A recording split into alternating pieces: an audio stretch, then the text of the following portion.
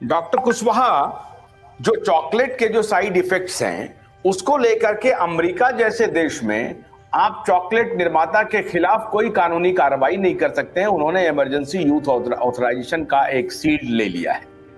भारत में कम से कम ऐसी बात हुई नहीं जिसकी वजह से आज अंबर जी और नीलेश जी और योहान वगैरह कोर्ट में लड़ाई लड़ रहे हैं या प्रशांत जी लड़ रहे हैं कोर्ट में।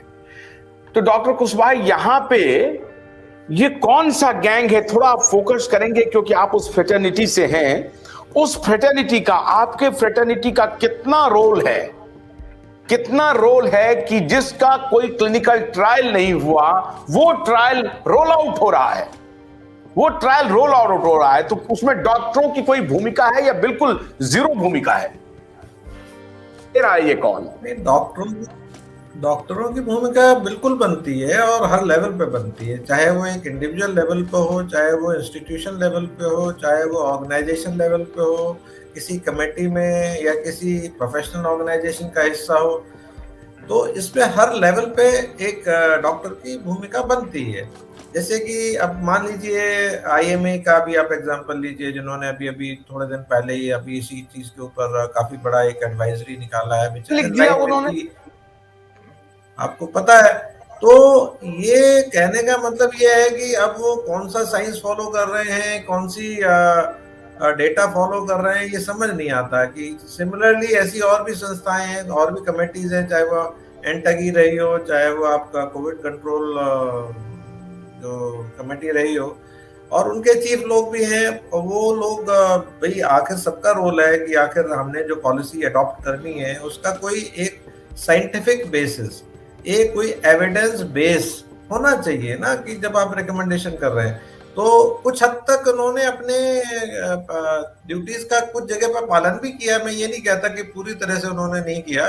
जैसे कि मान लीजिए बूस्टर के ऊपर आज दिन तक कोई पॉलिसी उन्होंने अभी नहीं निकाली है, सिर्फ एडवाइजरी जाती है, बट एक्चुअली कोई रिकमेंडेशन ना ही एंटागी से आई है और ना ही कोई बूस्टर का कोई जो है अप्रूवल पॉसिबली फ्रॉम CDCSO से कोई आया है। तो इस तरह से कुछ हद तक कई जगह करते हैं। वो भी जब इतना रेजिस्टेंस आया था, ले रहे हैं बूस्टर। नहीं, अभी क्या जो बूस्टर जो मार्केट में लाया गया है that is available on payment. पहली बात तो कॉर्बेवैक्स का जो लाया गया है, और एक लाया गया है फिर आपका इनोवैक जो भारत बायोटेक का है, एक नेजल वैक्सीन है, वो लाया गया है, जिसे हेट्रोलॉगस बूस्टर के हिसाब से बोला जा रहा है कि जिन्होंने 2 वैक्सीन पहले ले रखी है वो इसको ले सकते हैं।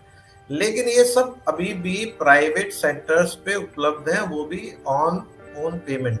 So that means the government support for boosters is not there, neither in policy, neither on ground. So it इस मीन्स तरह कि से गवर्नमेंट ये बिलीव कर रही है, प्रिंसिपली ये गवर्नमेंट बिलीव कर रही है कि बूस्टर की कोई आवश्यकता नहीं है। एग्जैक्टली लोग बता रहे हैं कि बूस्टर की कोई आवश्यकता नहीं है, आप बेकार में अपना पैसा बर्बाद ना करें, ये आप कह रहे हैं ना? इससे तो यही समझ में आता है कि अगर मान लीजिए अगर आवश्यकता वो महसूस करते और इसका जो है वो कोई फायदा देखते या कोई स्टडीज होती जो इसको सपोर्ट करती, तो डेफिनेटली वो एक गवर्नमेंट इनिशिएटिव के तौर पे आता। जब उन्होंने आपको पहले 2 वैक्सीन दिए हैं और एक पहले बूस्टर भी फ्री में दिया था, आपको याद होगा घर घर दस्तक वाला जो एक प्रोग्राम चलाया गया था, जो कि बहुत सक्सेसफुल नहीं रहा। तो इससे उनको पता लग गया कि लोगों में एक तो इसकी लेने की बहुत ज्यादा चाहत नहीं है, और लोगों में शायद धीरे धीरे जागरूकता आई है कि भाई इसके बगैर भी काम चल सकता है, इसके साइड इफेक्ट्स भी हो रहे हैं।